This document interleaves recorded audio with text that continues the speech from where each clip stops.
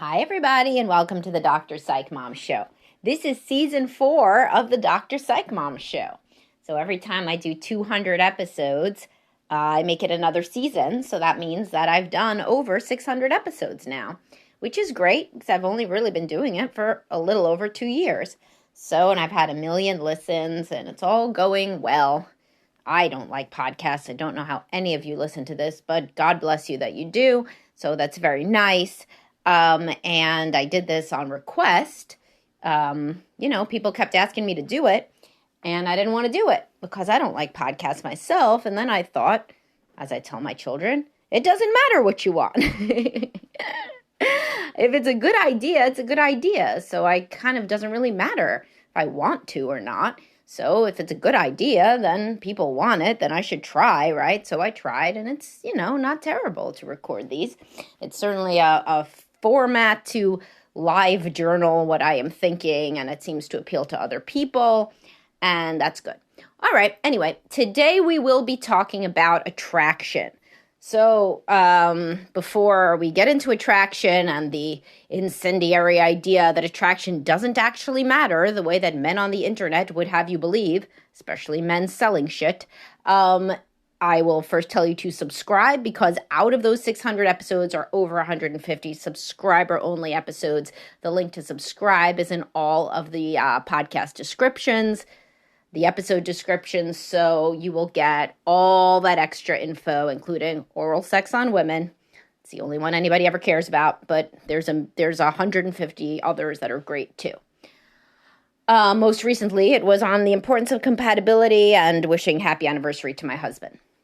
All right, anyway, so here's how attraction matters. You have to be attracted to your husband. You have to be attracted to him at first, because after that, it's not going to matter in the way that I will explain to men and that women already know. No, you ever heard the saying, for every beautiful woman, there's a man tired of fucking her? That's what people used to say, by the way. It's kind of funny that people used to say that because I actually just made a podcast about this. People used to understand the Coolidge effect and the fact that men get tired of the same woman too. But nowadays, everybody's supposed to be in an optimized, immortal state forever. No man can admit that they ever get tired of having sex with the same woman, and they really don't, because they're watching porn so much that they're in a constant state of artificial arousal. So they don't even know if they're bored of having sex with the same woman or not. But anyway, it used to be understood that men get tired of having sex with the same woman, and now it is only really said that women get tired of having sex with the same man, but obviously both are true to lesser degrees for men because they have more testosterone. And the ones that are watching porn or on testosterone, phew, that's through the roof. But anywho, and that's artificial, and I've talked about it forever on all my podcasts about porn. But anyway, so once your husband is attractive enough for you to want to marry him and have sex with him, then he's attractive enough.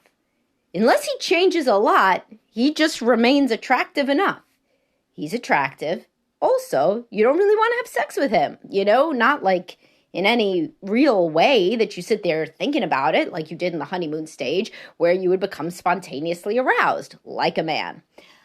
But now, as I've belabored this point endlessly, you have, if you're a monogamous female, responsive desire primarily, which means that you need foreplay and you need to be in the right headspace and you need to consciously, mindfully, and intentionally make space and time for you to become physical so that you could start touching, cuddling, whatever, and then you could get in the mood. And women who love their husbands do that.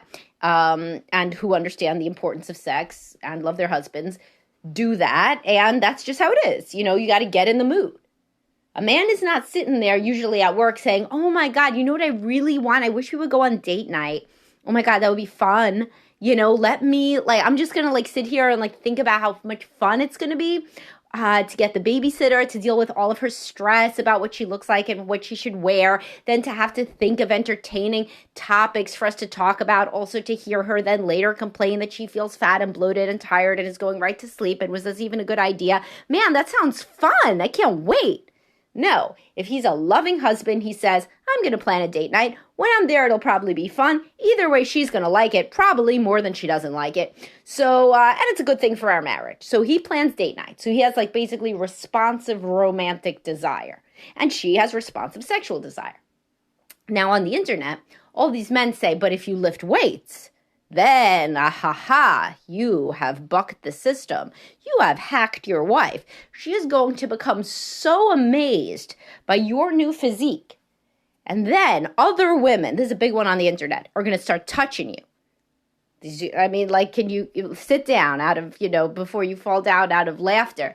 They're just going to start touching you. This is big in the manosphere. Women, they're going to come out of the woodwork. They're going to start stroking your biceps, and your mate will be aroused into a state of near panic, mate-guarding paroxysm of envy and arousal, and she's going to hardly be able to wait to get back into the minivan at Little League practice to have sex with you. So first of all, I mean, where do you start, right? This doesn't happen, it happens very rarely. It happens in people, honestly. I'll tell you who it happens with. People that drink a lot, and they go out into mixed company, into parties where everybody's drunk as a skunk. And then sometimes a woman will come over and touch you. Let me tell you, you don't need to work out for that to happen. Much like earlier in life, you could just wait until the night progresses and there's more drinks under a woman's belt, and she'll stumble into you and touch your arm and touch whatever's around to stabilize herself and flirt with you if she's mad enough at her husband. But it does not really have much to do with whether or not you went to the gym 3 or 4 times that week. Now, obviously, are there men that are such a level of attractiveness that women actually come up and touch them? Yeah, sure. But they're married to they're movie stars, and they're married to movie stars. So, I mean, the whole frame changes. Everybody is attractive. So then nobody's attractive. It's the hedonic treadmill.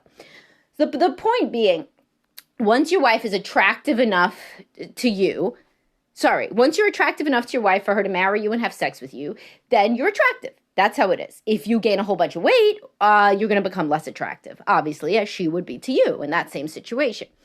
If you don't buy new clothes for 20 years, you're going to get less attractive. If you stop brushing your teeth, you're going to get less attractive. It's your game to lose, though, because she thought you were attractive enough to marry you. And after that, it has to do with, does she love you? Does she understand responsive desire? Does she want to be in a happy marriage? And are you good in bed? That's what matters. Those things. And by good in bed, I don't mean like crazy shit. I don't mean like the Kama Sutra. I mean, can you reliably provide a good physical experience that she wants to replicate despite it taking out of her sleep quota, which is extremely important for women because they're tired all the time, and I attest to that. So it's like totally wrong to think that a woman is like a man in this way. At first, she could want to jump you all the time because you look cute. But after that, you just look like you look. Because she's in monogamy and she no longer has the spontaneous arousal. Her body's telling her to mate with a different man. But since she doesn't want to, she turns that part off totally. So it's not like she's looking around her being like, oh, I want to have sex with him and him and him. There was an interesting thread in my group, and I always mention the secret group because you should be in it. Blue subscribe button. There's a link in the episode description. But anyway, this whole thing I had about what percent of men that you see in public do you want to have sex with? Just because I wanted, for shits and giggles to, make the men be really like shocked. And all the women were like, 1%, no percent, 2%. I said 5%. I was counting the entirety of my lifespan. But the reality is, as a woman, you go out of the house, you be out for like 3 hours, you may see hundreds of men, you don't think about sex with any of them. Because that's not how it works. You're monogamous, you're married, you're not thinking about that.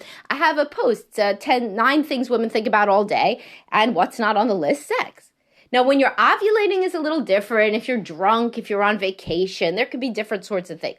What really doesn't happen very much is that you look at your husband, the same old guy, the same old attractive husband, and think, oh man, I want to hit that right now.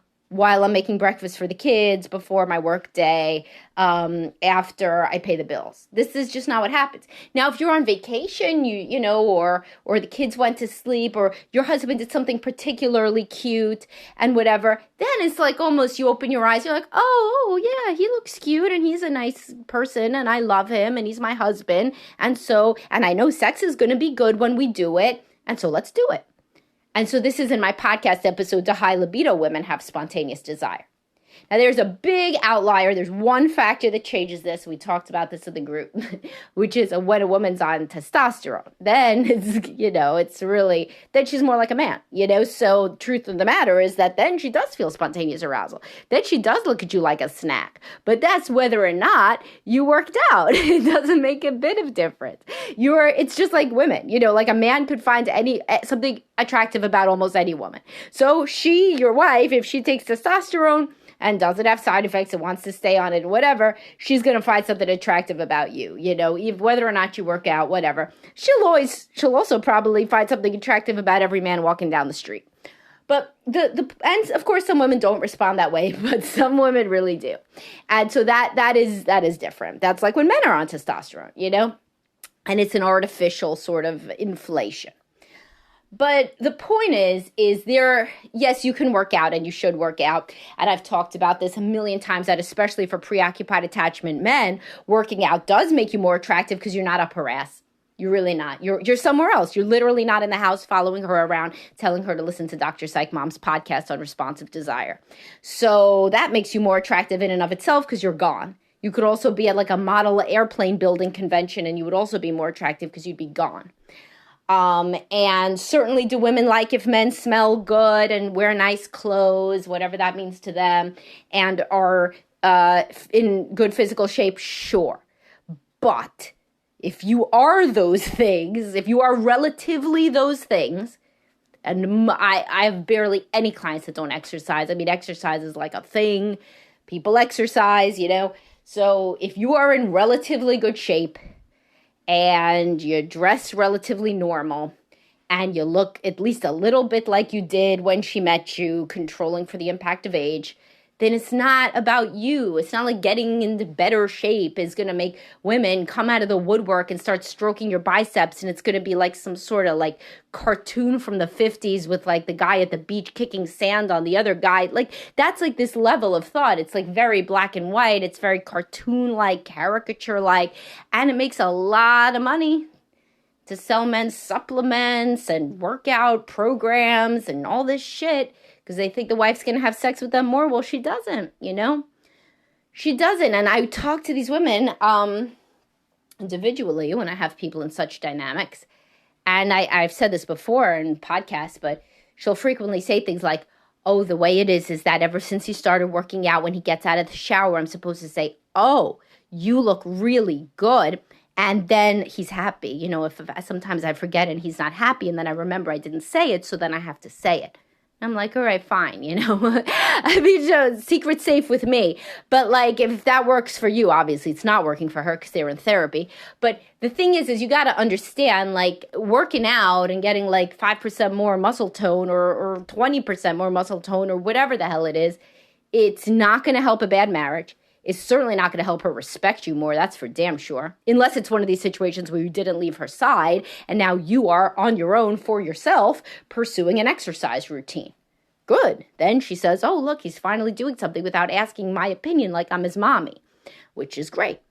But it's this attraction thing. So very, very young guys think that this is the be-all, end-all. And they say if a woman is attracted to you, she shouldn't need foreplay. What the fuck? What does that mean? That's crazy. That isn't real. What that means is when I was young, 2 weeks ago, because I'm still young if I'm saying stupid things like this, then I had sex with a woman without foreplay, who was a young mammal and was therefore wet because she's kind of always wet, and she made a lot of noise because probably she wanted it to end, and I felt like a king among men, and therefore I concluded that if a woman is really into you, she doesn't need foreplay, and from this that I have learned, I will later disappoint my wife in coming decades.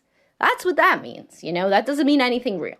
So there's no amount of attractive that you could get that would mean that you do not need to know how to arouse your wife, foreplay, massage, kissing, being a nice guy, being a human being she could respect, etc., etc. So most men would honestly be much better off taking half of their workout time and self-developing in other arenas, reading some more books,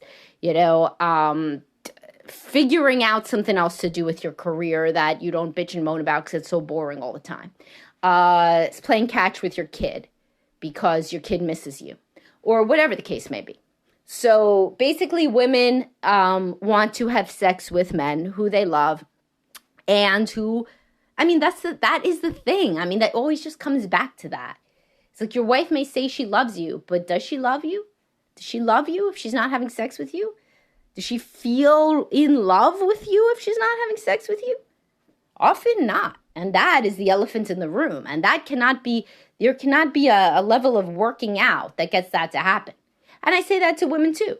They say, oh, I love him. I just don't want to have sex with him. I don't want to go on dates with him. I don't really want to talk to him, but I love him. How do you love him? Is that how you love your child? You say, oh, hey, I don't really want to hang out with you ever. Don't tell me about your life. We don't touch each other, but I love you from over here, from afar. It's not real.